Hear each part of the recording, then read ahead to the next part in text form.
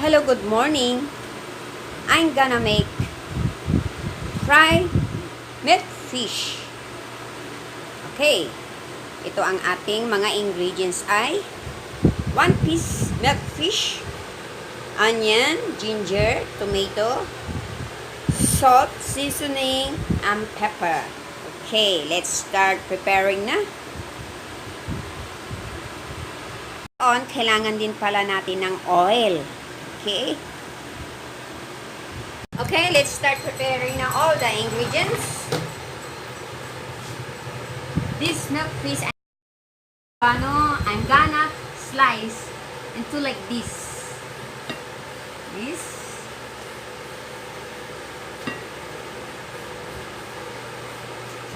Turn it at the back. Easily cook when you slice like this.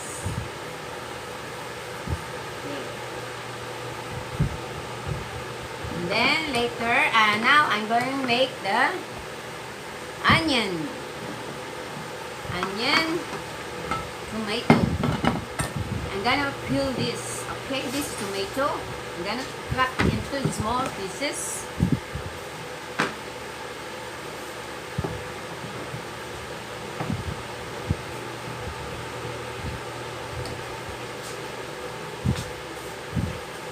Cut into small pieces. Then before we fry the milk fish, we put all the veggie inside a stomach milk fish. Here.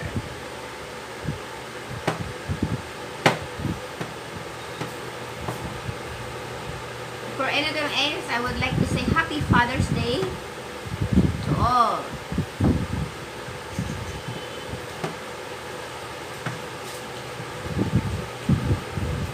Because my son and me only are here eating, so we will have only one milk fish. See. Okay, cut into small pieces. Because later on we will put inside a milk fish stomach. It's a simple dish. Later on, we will put inside milk fish. Then now the onion, peel it, skin, and then cut into small pieces also.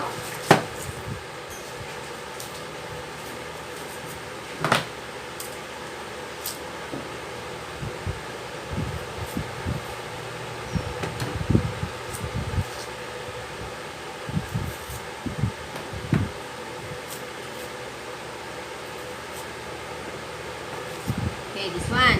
Then later on, we'll cut into small pieces also.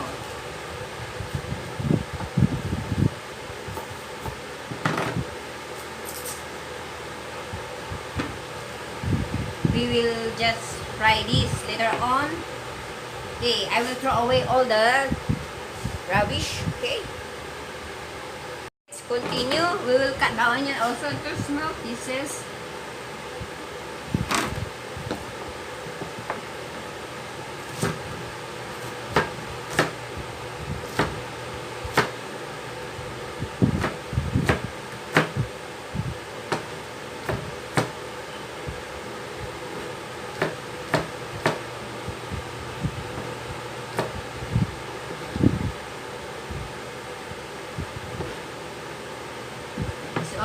It's only at 10 o'clock in the morning, so it's too early to cook, so we will prepare all these ingredients first, then we fry.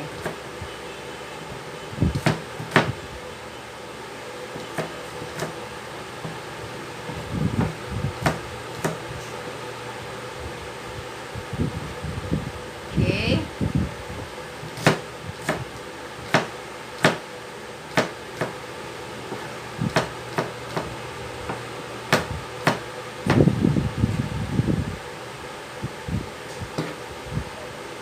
We will use half of this ginger only because this is too big. Okay, we'll use this one. Okay, we will peel the skin.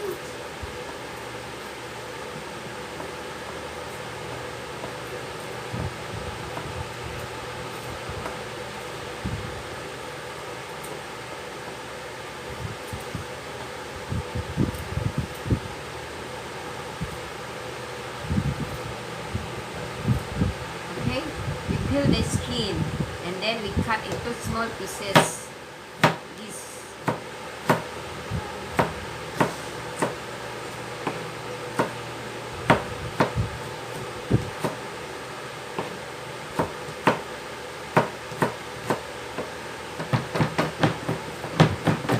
Okay, chop like this.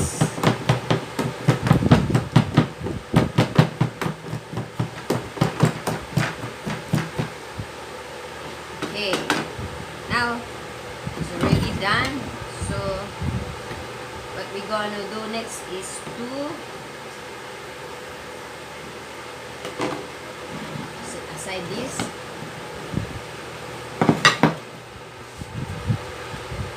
We do next is to rub salt in a milk fish.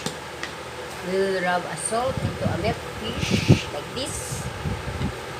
Be sure your hands are clean. Just now I wash my hands. Okay. The next is set aside the fish. I'm gonna take a spoon. Okay, let's continue. After rubbing salt into a milk fish, we will mix all the ingredients here. Ginger, then onion. Okay, we will mix it all and then mix it. We'll mix this one and then we add in our salt, half tablespoon, and then we add a little bit seasoning. We add a dash of pepper. Okay, let's mix this one.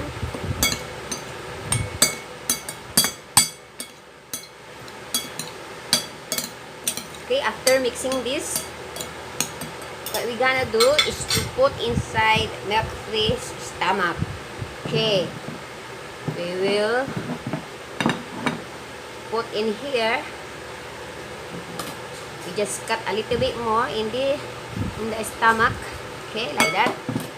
Okay, so we will put all this inside the stomach. Okay, this. Okay, put all inside. Okay, put all inside. Okay, like that. Then after that, we will fry it. Okay, let's go to the kitchen and we will fry it na. Okay, this is this leftover we will put inside the fridge. Okay, let's cook na. What we do next is to switch on the fire, the gas stove.